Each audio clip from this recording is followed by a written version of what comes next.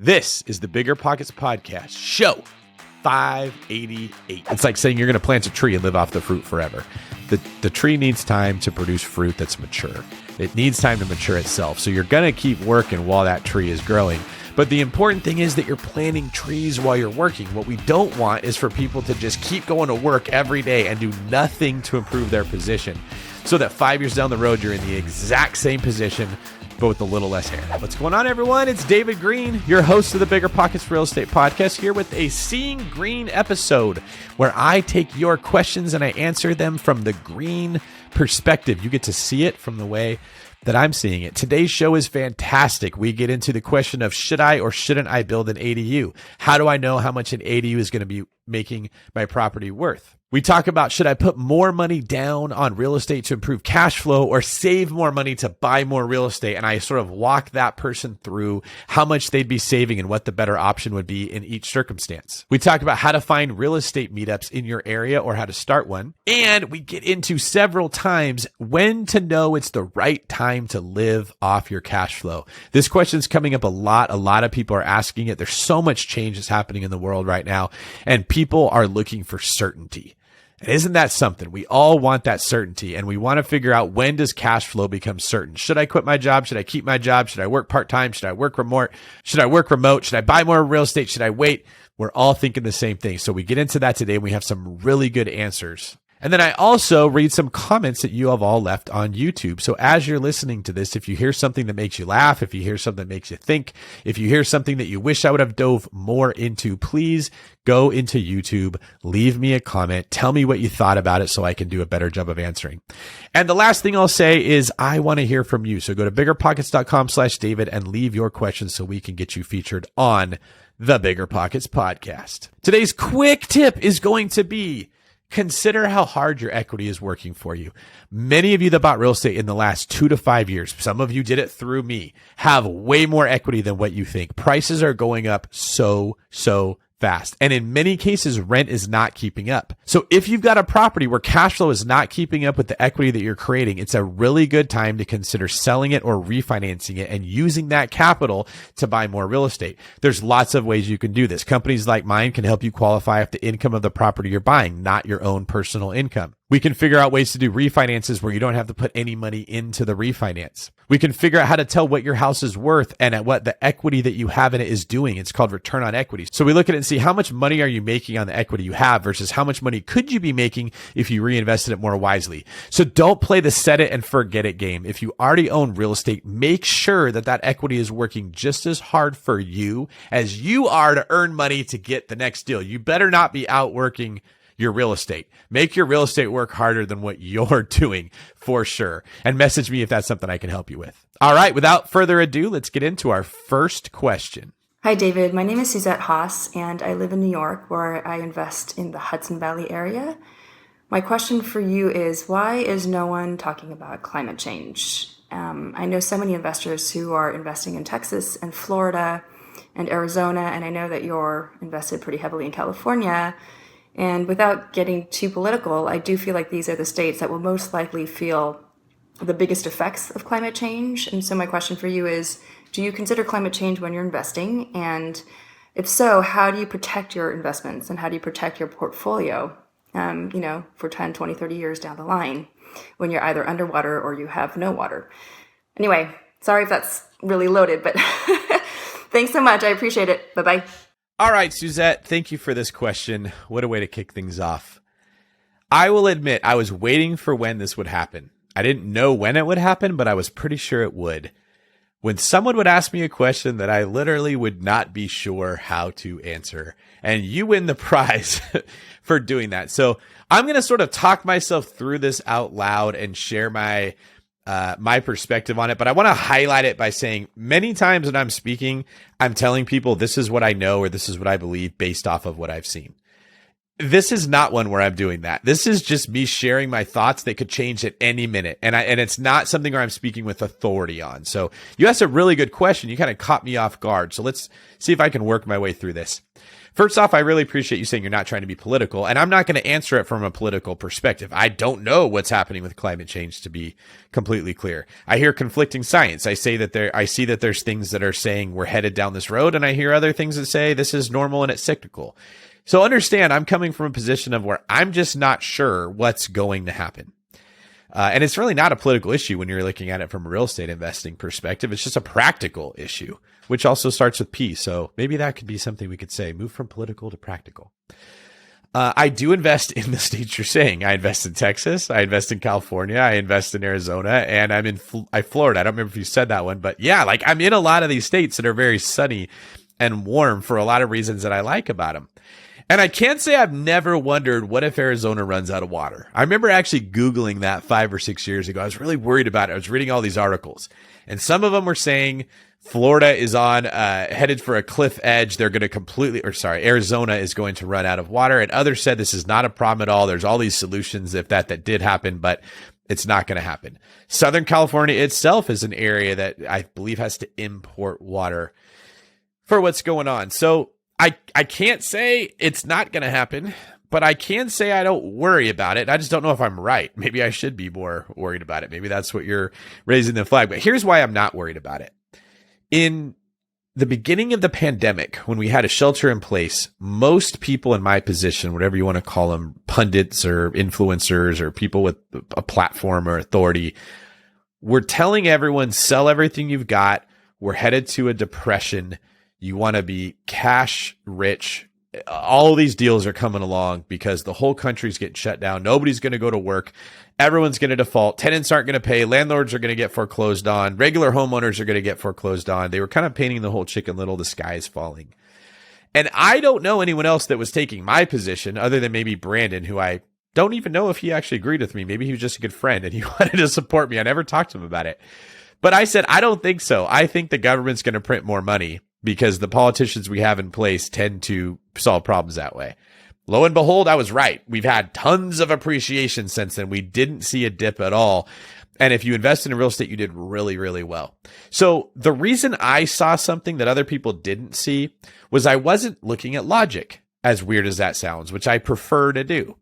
I was looking at human behavior. And I made my bet based on the fact that politicians want to stay in office and that if they give human beings what human beings want, they will get voted in. And what human beings want was stimulus and money to come around and moratoriums and all these things. I'm kind of betting the same thing when it comes to climate change. Everyone loves living in Southern California. People love living in Arizona. They love living in Texas and Florida. There's a lot of human beings that are there that would rather be there than North Dakota or maybe Maine. I think if we did hit an issue where if like water became a problem, that we would put a lot of pressure on some of our best engineers and scientists to solve that problem. Now, I don't want to sound like I am a scientist because I'm definitely not. I've just seen this happen time and time again, that when something goes wrong, human beings are wildly creative with coming up with solutions when it matters to them. As far as a property being underwater, I don't think that's a thing we can solve, right? That's probably more of a legit concern if we are in a situation where the ocean is rising to a point where in 30 years, some of this stuff would be underwater.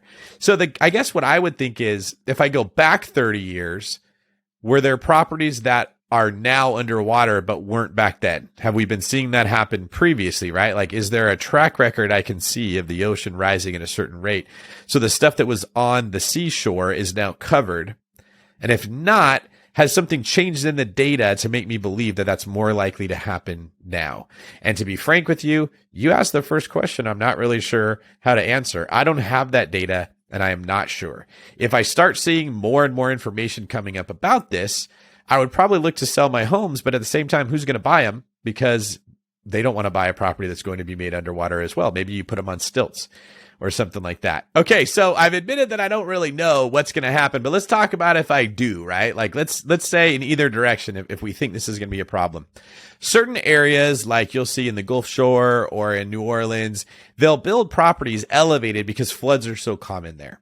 So that's one solution, is if you're going to buy a property in an area that you think might end up becoming underwater, you buy at a certain distance away from the shoreline. Like, don't buy right on the beach, or buy a property that's been built with a foundation that allows it to be raised so that if the waters do come in, that's okay. You may have a city like Venice that could come out from something like that. Buy properties near an area where there's golf courses or heavy populations where there's already water present. Right? Maybe if you're in an area that might run out of water, make sure there's a strong supply line of water coming in from a different area that's not going to run out of water. Don't buy in an area that's dependent on another area for water if that area could run out of it. I suppose that this is probably worth looking into. I just don't know how far out that would be from a reasonable perspective. And I'm not able to anticipate what to be expected. I think what you said poses a really good question. I think I took way too long answering this because you caught me off guard. And I want to commend you for being the first person on this show to ask a question that I really was not prepared to answer. Well done, Suzette. What's up, BiggerPockets? My name is Garrett Ott. I'm a newbie investor from the Chicagoland area looking to house hack my first multifamily property. To avoid any major headaches, I'd like to purchase something with minor necessary renovations so I can focus more on the fundamentals of investing. And right now I'm weighing two options. One, find something that's more affordable and be able to put down 5 to 10% to decrease my mortgage and increase my cash flow. Or two, buy something a little bit closer to my pre-approval numbers and only put down 3.5 to 5%, but still have a cash flowing property with something that has greater value at the end of the day. Which option would set me up in a better position to buy my next property sooner? And are there more options that I may be missing that would still stick to my criteria? Thanks for any help. All right.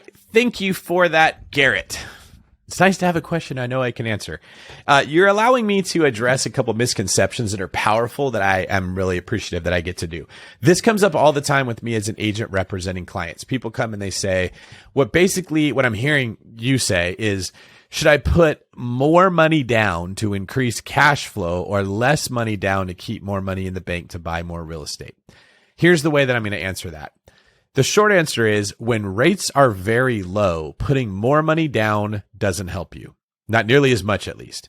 When properties are appreciating faster, putting more money down is not as wise of a use of your capital. If rates are very high, putting more money down will help you. And if properties are not increasing in value, putting more money down doesn't hurt you as much. In our environment right now, properties are going up pretty quickly in price, and rates are still really low. So let me give you an example when you're talking about the difference between should I put down 3.5% or 10%. At a 3.5% interest rate, if you borrow an extra $1,000, so look at that like if you don't put down $1,000, it's going to cost you $4 per month more. That's how low rates are right now. So for someone to say, I'm going to save up 20 grand and I'm going to put it down on the house so that I can get more cash flow, 20 grand at a 3.5% interest rate would work out to the difference of $80 a month. How long is it going to take you to save $20,000?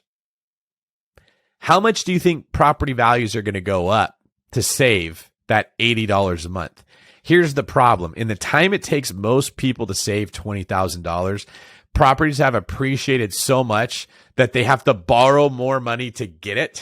And that 20 grand, not only did the property go up more than 20 grand, but now they have to borrow more than they were going to so that they don't actually end up saving that $80 a month. It just isn't worth it to do that. In this environment that we're in right now, when we're recording this show, my advice is that you put less money down on the property and you keep more money aside. That's assuming that $80 a month isn't going to break the bank. If you're thinking that it's more risk to take on $80 a month, you might not be in a position where you should be buying real estate at all, just to be frank. You need to improve your financial position before you try to own your position owning properties in your portfolio. Most people, $80 a month isn't going to end the world. You could pick up a shift at a coffee shop or something one day out of the month and you can make up that $80 a month if, God forbid, something terrible happened. Now, money in the bank is worth more to you. First off, it's 3.5%. You can get a better return on that buying more real estate. Second off, you can put money into the house to fix it up to make it worth more. You're going to get a better return than the 3.5% that you're saving by putting it down on the real estate. Third, you can keep that money in reserves. That's worth more to me than paying it down on a mortgage. If I have that money set aside for if something terrible that goes wrong, I feel way better about it than just putting it down when rates are already super low. If we get into an environment where rates get back up to where they were in the 80s, you're in like the 25% range. I think they got up to like 21 or 22% back then when they were trying to combat inflation. My advice will flip. I will be like, put more money down and only buy the best deals because we don't know what's going to be happening. So I hope that helps. I hope that number, like I just keep this in mind. At 3.5%, it's about $4 a month to borrow $1,000. So if I want to borrow $5,000 more, it's going to cost me $20 a month. That is stupid low for what I can get with it. So I'd rather save $5,000, borrow it from the bank instead, have my payment be $20 a month more, and use that $5,000 to either keep in reserves, make the house worth more, or buy more real estate with it. All right. Next question comes from Ryan Hayes. Ryan asks, hey, David, I wasn't sure how to find out, but I'd like to come to your meetups. I'm right here in the Lodi area. Little piece of pop trivia. If you watch that show, Sons of Anarchy, that took place in Lodi, California, which is about maybe 20, 30 minutes north of Stockton, which is where I went to junior college and very close to where I grew up in Manteca. I'm a big fan of BiggerPockets and I'm a real estate investor. How do I find out when they are and where? Okay, so for me specifically, you can go to davidgreenmeetups.com. You can register. It'll put you on an email list. We will tell you when I'm going to be having a meetup. You can follow me on social media at davidgreene24. Typically on Instagram, we will post when we're going to be having a meetup. You could go to davidgreen24.com, which basically kind of shows everything that I'm doing. So if you want to come to meetups, if you want to travel to hear me speak somewhere else, if I'm going to be at a conference, if you want to sign up for my text letter to see what's going on, if you want to come to a webinar that I'm going to do, there's a lot of stuff that I end up doing, and that's a great place to kind of follow and get in touch. Now, some of you don't live in Lodi. Some of you live in other areas, and you're probably not traveling from Bangor, Maine to come to California just to come to my meetup. So for those of you in that position, BiggerPockets actually has a place where you can advertise your meetups, and we advertise them on there pretty frequently too. So if you search BiggerPockets for meetups, you'll find that there's a page that people go to specifically to say, I'm having a meetup and it's going to be here. This is how much it costs, or it's free, or whatever. Everyone should be doing that. Search to see if there's a meetup in your area that you can go to. And if there's not, guess what? You get to be the one to create that meetup. They're pretty freaking fun. Now, I don't do meetups like normal people do, where they typically just have like a bunch of people come and just hang out and talk and drink, right? I always try to be more direct and give more value than that. So when I do a meetup, it starts with like socializing. And then when I get there, I have a presentation planned. I'm teaching on a topic. I educate people so that it's worth their time. Then I take questions just like I'm doing right now, and people throw stuff at me all the time. And I sort of give as many answers as I can, because everybody who's listening gets to benefit. And then if they have follow-up questions, they get to ask it. I don't think that everyone does it like me. I don't think everyone's an educator from the sense that I am. And they probably don't have the experience that I do to be able to. So some of them are just kind of chill places where you just meet people. That's literally why it was called a meetup. It's a very unorganized event. Mine are more like a minor seminar or something like that. But I'd love to have you come to mine. We've had people that come from out of state to go to them. I get really good reviews about when we have them, and they're really fun. I get to introduce people to real estate agents on my team, loan officers on my team. I get to talk about my own deals. So I advise everyone to go to a meetup. And if you're not in an area that has one, start one of your own. All right, we've had some great questions so far. I like them. Again, I got stumped for the first time ever. This is got me be thinking about this one now, because I really haven't thought about climate change and the overall plan of how I build my portfolio. In this segment of the show, we're going to talk about some comments that people have left on YouTube. I actually got this idea from a comedian named Nate Bargatze. If anybody doesn't know who that is, go check him out. He's very, very funny. And on his podcast, they actually read comments from his viewers, and his viewers like comedy, so they leave really funny stuff, and then he gets to read out loud what they've said. So we're doing that. I want to encourage you to go leave comments on there, and the funnier the better. I mean, don't be too mean about it, but if you have a question about a specific thing that didn't get answered, if you want to tell me that you'd like to hear more about a certain thing, or if you just want to leave a funny comment, we'd love it. We want to read them, and this is the segment of the show where we do it. First comment comes from Helene Solomon. It's okay for things to get worse before they get better. Smart quote. Sometimes better to look long-term and try not to lose sleep if things are really bad now. Thanks, David. Hey, I'm guessing that was my quote, so thank you for saying it. Let me give you an example of how this works out in real life. So my partner and I put a property under contract in Scottsdale. That would be Rob. And we actually have some episodes, I don't know if they've been released yet, but if not, they will be, where we break down our process of how we come up with a plan, how we analyze deals, how we communicate with the realtors, how we make decisions, how we write offers, everything. We lay it all out there for you. I think I said write officers. I meant write offers. Sometimes my brain works faster than my tongue does. And on one of those deals, we found out today that because we own so much real estate, the lender that we're going to do the deal through wants a ridiculous amount of money in reserves, like $750,000 just for this one property. And it became one of those things where things got worse. So instead of just quitting or getting discouraged, I got on the phone with my lending partner, Christian, and I said, hey, Christian, this isn't going to work. We have to figure out some way around it. And he came back and he said, well, we could structure the loan a different way. And the different way of structuring the loan is actually going to require 10% down, not 15% down. And the rate is going to be similar. It's going to be a little bit more work on our behalf, meaning we have to get more documentation, but we'll be able to refinance out of it later if we want. And that is a situation where things got worse before they got better. So it's going to be a little bit more work for us to have to get the documentation together, but we're saving 5% down on a $3.2 million property. So that's like a significant amount of money that we're not going to have to raise or put down ourselves.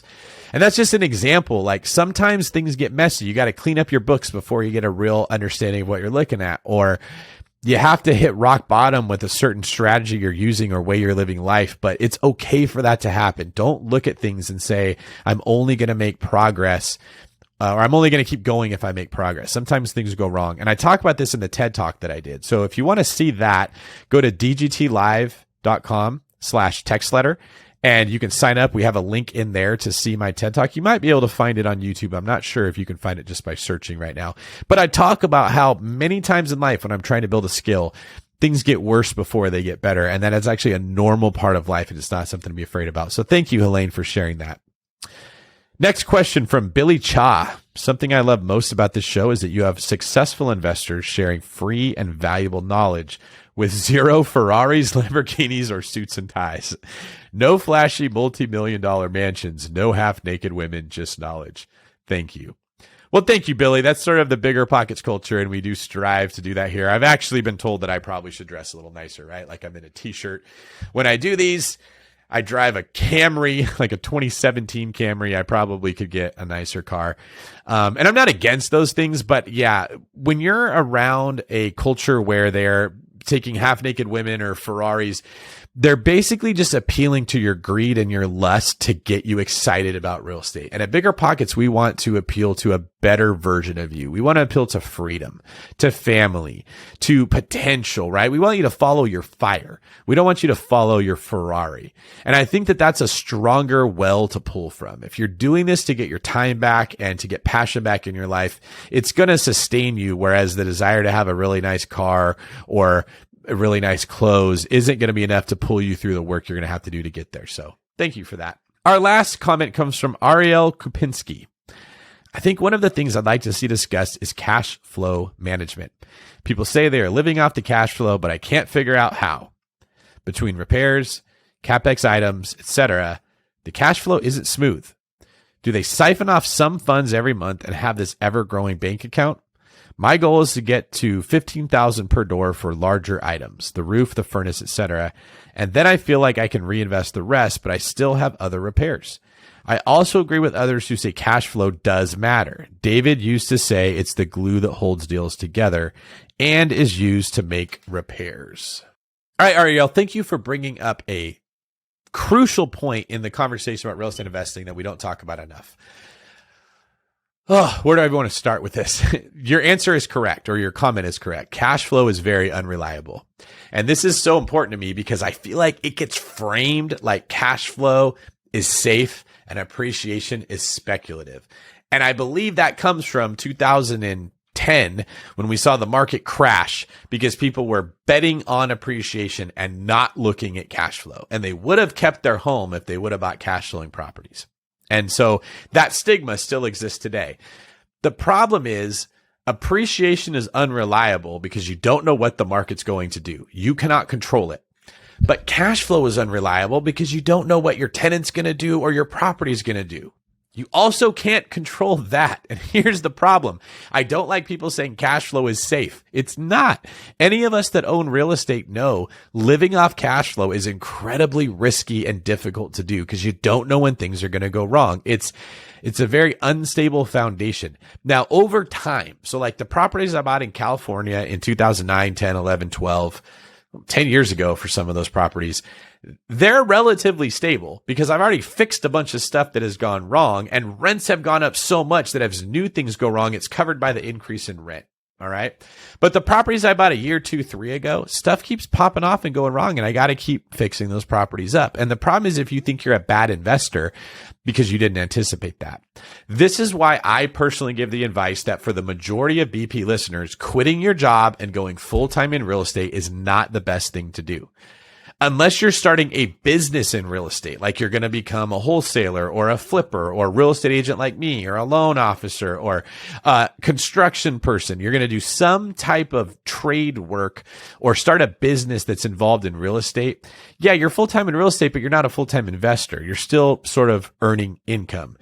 And that's because the income that real estate provides, especially, it's like planting a tree. It's not going to produce the fruit that you'd expect when it's been around for 20, 30, 40 years. So the answer to your question is, how are people living off cash flow? They're typically living off cash flow properties they've owned for a lot longer than a year or two when they bought them. They're also typically not living off all the cash flow. They're setting aside a big chunk of it. And even then, sometimes you get hit with a bill or you get hit with a repair that's more than you have, and you got to take money from your personal account. It's okay to do that. This is why I always tell people to take the long-term approach for real estate investing. It's just, in my opinion, it's unwise. It's not prudent. And it's frankly somewhat misleading to tell people, hey, you can buy a house and you can never work again, or you can buy 4 houses and never work again. It's like saying you're going to plant a tree and live off the fruit forever. The tree needs time to produce fruit that's mature. It needs time to mature itself. So you're going to keep working while that tree is growing. But the important thing is that you're planting trees while you're working. What we don't want is for people to just keep going to work every day and do nothing to improve their position so that 5 years down the road, you're in the exact same position, but with a little less hair. Hi, David. My name is Brian Smalls, longtime listener of the podcast. I'm a new investor, and my question is centered around cash flow. I hear about investors who use cash flow to be able to maintain their lifestyle, so to take care of their daily, monthly living expenses. But at what point is it okay to do that? I know that I'm supposed to be accumulating or cash flow to have reserves and then also take care of capital expenditures. But at what point is the coast clear? Is it safe to start utilizing cash flow from my rental properties? Thanks. Brian, thank you for this question. I sort of addressed a little bit earlier in one of the comments from YouTube, and so I won't go into it as deeply as I normally would because I addressed it there. Just my opinion on this is you typically shouldn't be living off your cash flow nearly as soon as what you would think. I think I'm sensing hesitation in your voice that it doesn't seem wise to do it and you're cautious, and I want to encourage that part of you. Have way more in reserves than what you think you would ever need. Okay. Like we want to plan for the market correction. Now, I don't wait to buy for the market correction. I just buy more aggressively when I see a market correction, but I'm still buying right now. I don't think we have a correction coming anytime soon. My guess is, because it's all a guess, we're all just betting if we think it's going to go up, it's going to go down. Taking action is a bet. Not taking action is a bet. Is you take like where we were 10 years ago, we've gone up to here and people think that's high. And they're waiting for a correction where it might drop 50%. Well, it might go up twice as high. And then when it drops by that 50%, it's still going to be higher than where we are right now. And that's why I'm still buying real estate. But I'm not living off cash flow. I am one of the people who is financially free. I could retire and I could live off my cash flow and never work again, just like a lot of people say.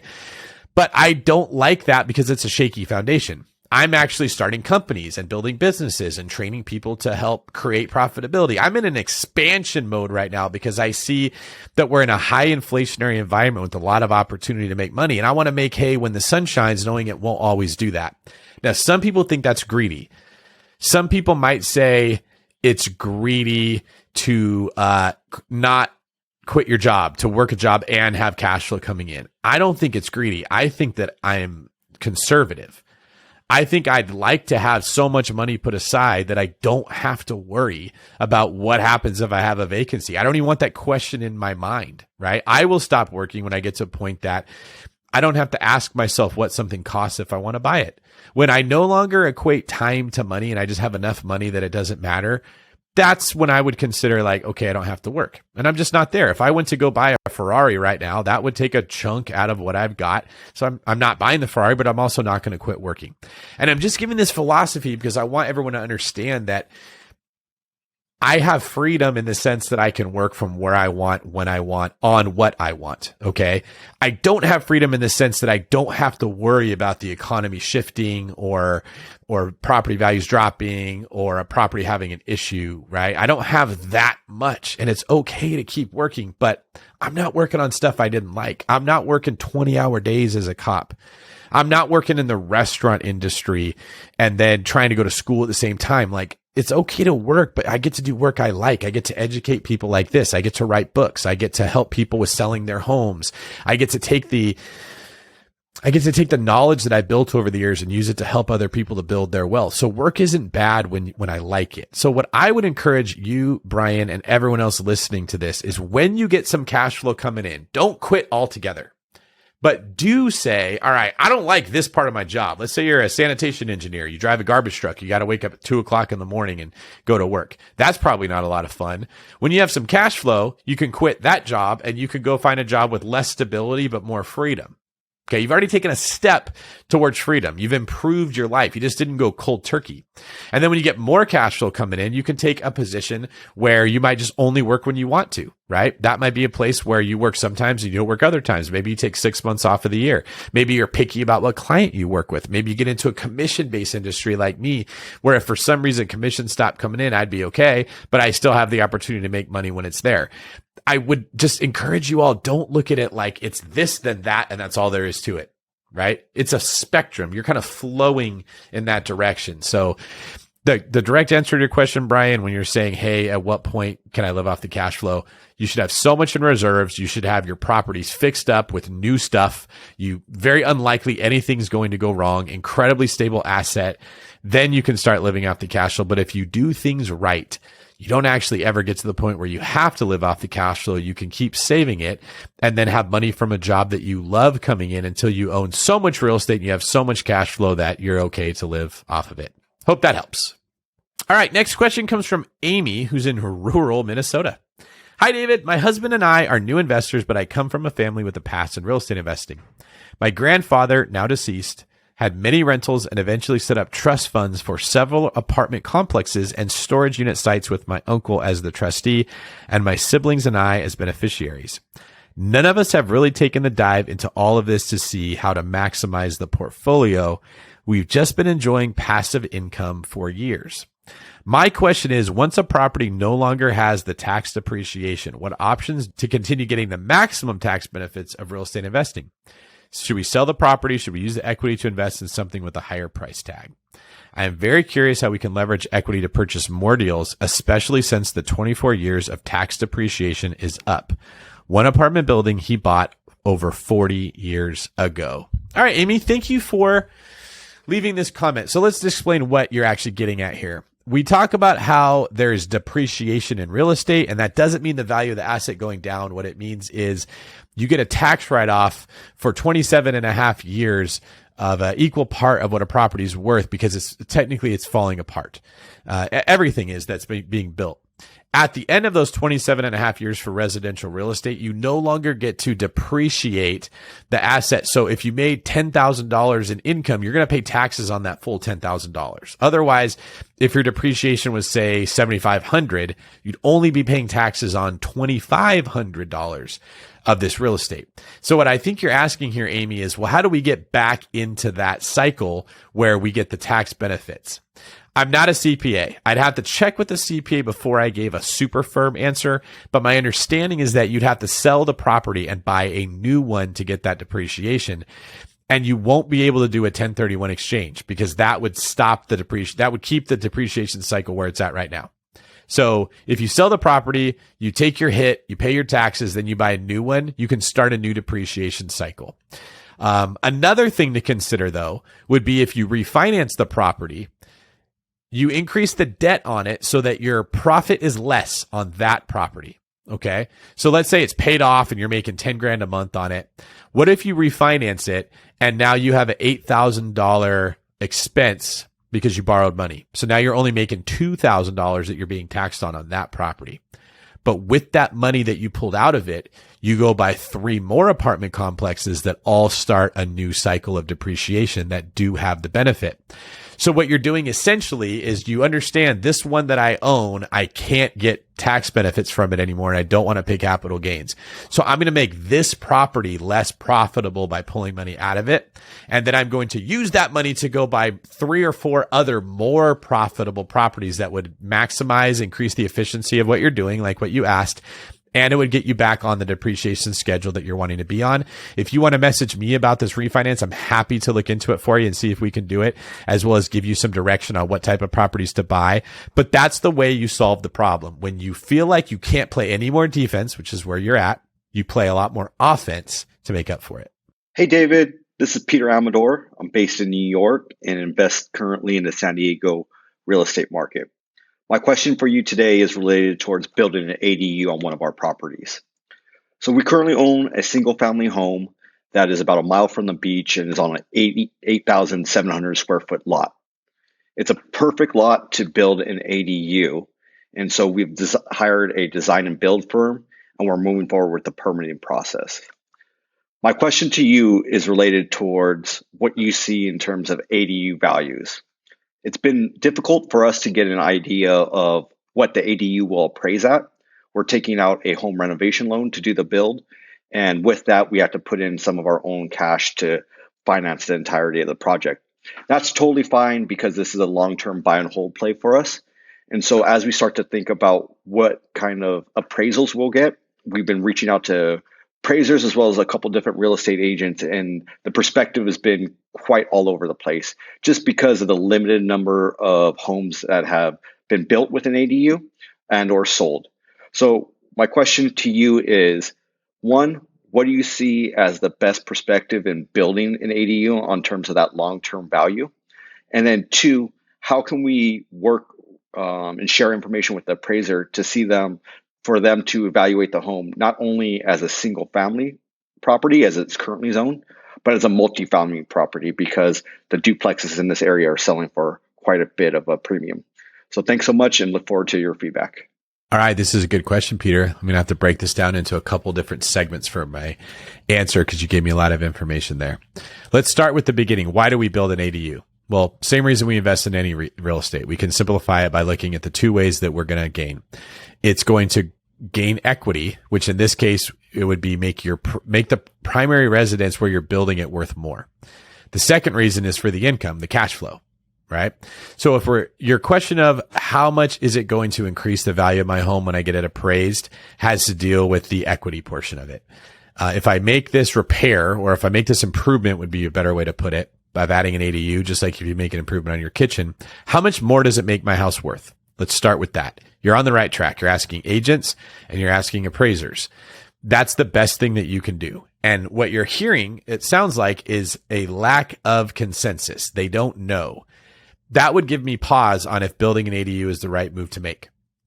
primarily, if you're looking at adding value to your property, you need enough comparables, enough data to be able to see, hey, these houses that have ADUs are worth this much more than those that don't. And if they don't have enough houses with ADUs, you're not going to get that. You're already entering into a place where you have less control and therefore more risk.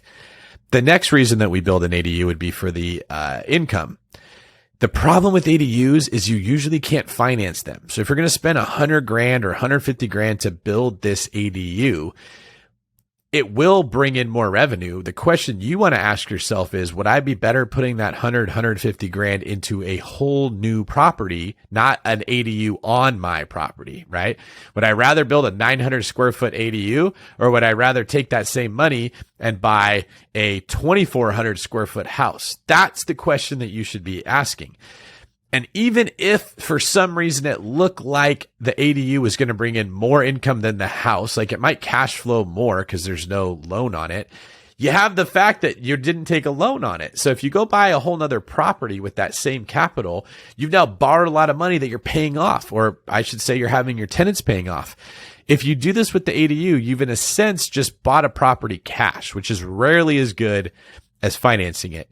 Now you can get away from the whole I just bought it cash if you can refinance and get the money back out. Now it becomes you financed the ADU. But that brings us back to the equity question of, is it going to make my house worth as much if I build this ADU to get the money out? And you don't know.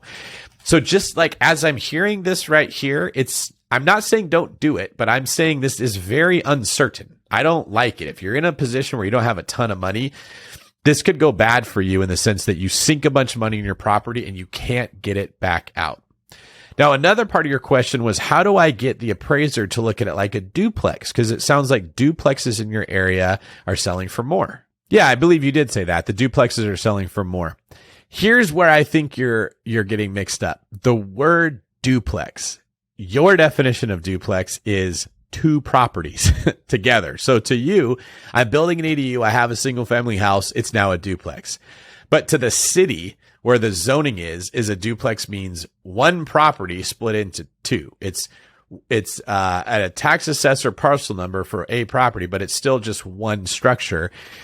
And there's only certain parts of town where they allow duplexes to be built. That's what we mean. That's what you meant by the zoning. So if it's zoned for multifamily, you may go to the city and say, I built an ADU. Can this be considered a duplex? They'll probably say, no, that will be considered a single family house with an ADU. It is not the same as a duplex. And that's where I don't want you to get yourself in trouble.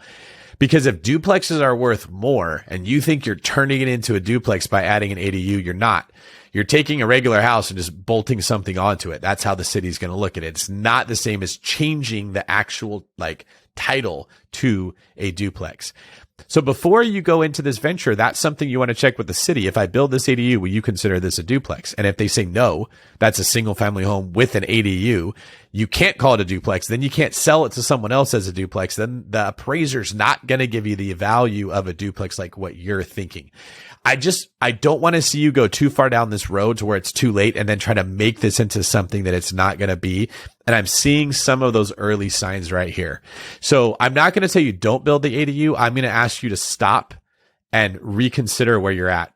Before you go forward with this, see if the city will let it be considered a duplex, or if the area you're in is even allowed for duplexes. Like typically if you're in an area where it's zoned for single family, it's usually considered R1 or residential 1 unit. The next thing I want you to look at is, are there comps that would show I could get my money out of this by adding an ADU and then refinancing? And the third thing that I want you to look at is, if I do this, is the cash flow that I would get the same or better than if I just bought a whole property that I didn't have to build this ADU from the ground up? If the answer is not yes to all three of those things, I would look for a more efficient way to use your capital than building your ADU. Now, here is the ray of hope I'm going to give you if the answer is no to those three things. You don't have to build an ADU from the ground up, a whole separate structure. You may be able to build out from the existing house that you already have. And you may be able to do that from an area that has a bathroom very close or electrical already run, so that you can create a studio or a 1-bedroom unit without building it from scratch. I do this all the time. If I have covered patios, If I have like part of the basement that isn't been developed, I'm looking at a house right now in Moraga, California, that has this huge basement that's has plumbing already run to it and electrical run to it, but it's not finished. All that I have to do in that case is add finishings to it and build out a bathroom and frame up some rooms. And I'm going to have added like 1,400 square feet to this property with its own entrance to be able to go in. And I didn't have to build it from the ground up. It's going to be significantly cheaper because I'm not framing an entire property and pouring an entire foundation, and I'm not putting a roof on, and I don't have to add windows because the basement already has it.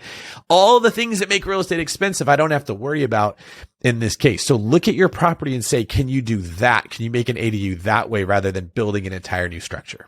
And I'll say this, if I was your agent, I would have had this conversation with you before you got in this deep. So maybe the next time you're thinking about a venture like this, talk to some of these people first before you invest your time or your energy into the construction company that you have, and make sure that there aren't angles that maybe you're missing. All right, that is going to wrap up another Seeing Greene episode. Now, I thought we had some really good stuff here. I got stumped on the first question that I just wasn't sure how to answer. It was a bit of an eclectic question, so I'm not going to be too hard on myself, but it was definitely not something that I was expecting. We got to dive into the ADU dilemma, and this is a complicated situation, right? ADUs are not surefire things, but they're also awesome in certain areas. So I kind of took a long time to answer that question, but I'm hoping that you all could see what my thought process was and how you should be looking at a situation when it comes to, should I build an ADU or not build an ADU? It's all about the most efficient use of your capital. In certain situations like that one, if you're going to add value to the property by doing it, and you're going to increase cash flow, and you're going to get your money back out, makes a lot of sense to do it, especially if you could build one for cheaper than you could build a new structure. And that question allowed me to kind of dive deep into that. So hopefully you all know, should I build an ADU or not build an ADU? We got to talk about tax depreciation and some strategies you have if you own property for a long period of time and you're no longer getting the tax benefits of it, how you can alter the way that you're using the equity. And I thought that was a pretty cool solution that I hope would benefit you guys as well. And we got to talk about the cost of capital when it comes to loans and interest rates, and if putting more money down actually benefits you instead of hurts you. I think a lot of people might have had their eyes open to what the facts and the numbers actually say when it comes to the decision of, should I put more money down, versus the psychology from maybe 20, 30, 40 years ago that was always like, put as much down as you can. It's the safest road to go. Back when rates were 14, 15%, that made a lot more sense than what it does right now. I want to personally thank you all for joining me on this podcast. I want to thank you for the attention that you've given me and the time that you've given me. I also love the comments that you guys leave. So please leave me more comments on YouTube about what you'd like to see. I also want you to be featured on this show. So can you please go to biggerpockets.com/David and leave your question, and then let us know if you would be willing to be interviewed live on one of our live Q&A type shows. We want people that we can have show up and we can actually pick apart the situation they're in and give them better advice for how to grow their wealth through real estate, as well as let all the listeners benefit from what's happening. And lastly, if you want to get in touch with me, if there was something you wanted me to cover, if you'd like me to help you with your personal situation, maybe you own property and you're trying to figure out how to use the most efficient equity in it. Like, that's what I love. I love when people already have properties and they want to know, how do I get more cash flow, more appreciation, more efficiency, maximize the return I'm getting out of this? Please hit me up. That's the stuff that we want to talk about. That's where I want to help you. And then if you haven't got your first property, BiggerPockets has tons of resources for you. Please consider going on the forums. Please consider looking into some of the boot camps that they have for new investors. Just type in newbie and see how many blog articles have been written and forum posts have been made for somebody just like you. It is so important that you get started on this journey. It's a marathon. It's not a sprint, everybody. And the sooner you start the marathon, the better. So let me personally encourage you to do that. I will open myself up, DM me or message me on BiggerPockets if you have a situation with a property and you want to talk about how you can maximize it. I'm happy to do that. And I'm happy to connect you with my team to see how we can help you do the same. And then continue to give us great content so we can help you more. BiggerPockets is the best community for real estate investors out there. I want to thank you for being here. Check out the website, register for webinars, get more involved, tell your friends about what you're doing, and most importantly, take some action. Thank you very much. This is David Greene signing off.